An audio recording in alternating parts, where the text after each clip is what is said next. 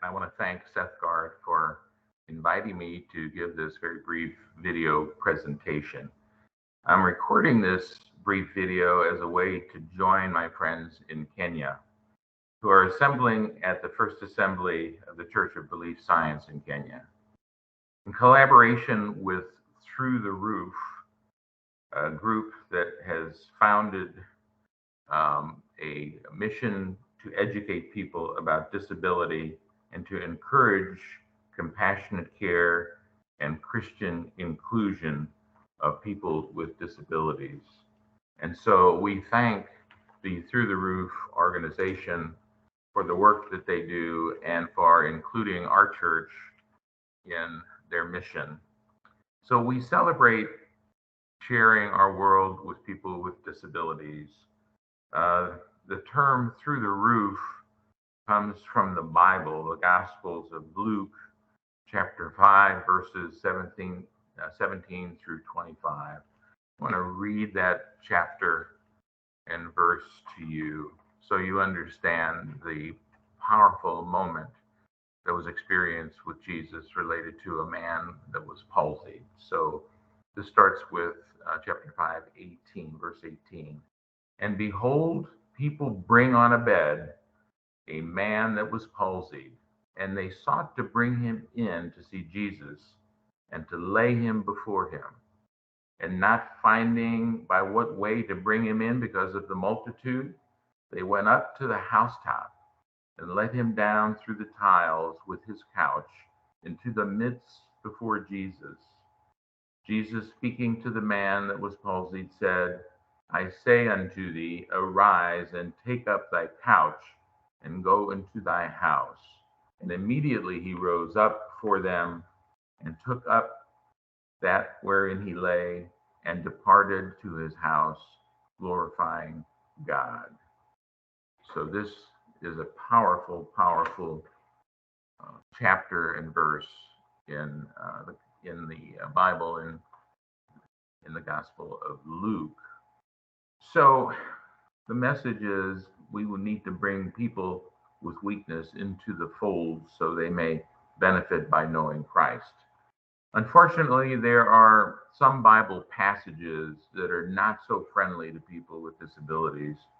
Many references to disabilities are tied to the concept of sin, or they are tied to the idea of possession by evil spirits.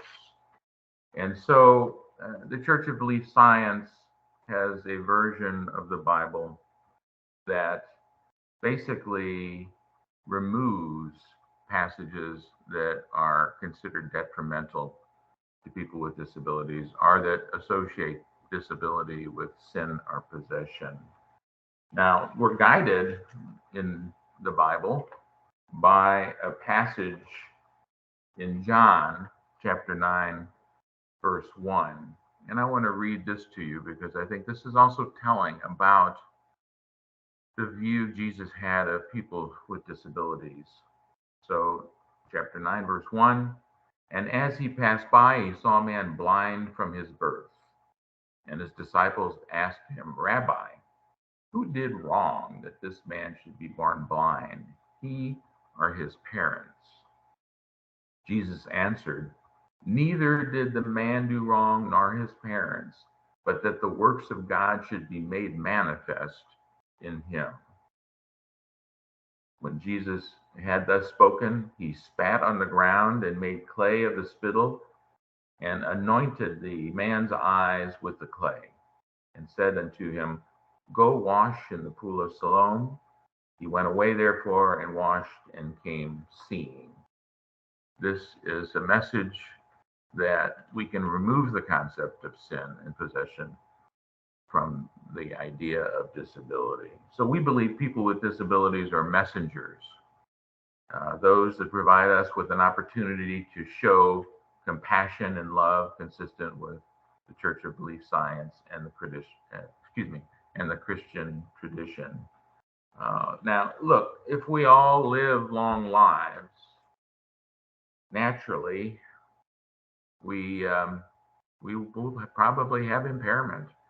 If we should die naturally and live a long life, we all will suffer impairments and disabilities. It's just the nature of our lives. And so as we get old, we begin to have issues that arise that are problematic for us physically. But you know, it's a pervasive a pervasive truth in the sense that disability is pervasive, and we all know it, and we all are involved in working with people who have disabilities if in fact we don't have disabilities. So I really want to push the idea of celebrating disability and looking at people with disabilities as messengers to us, as Jesus did, so that the works of God can be carried forth.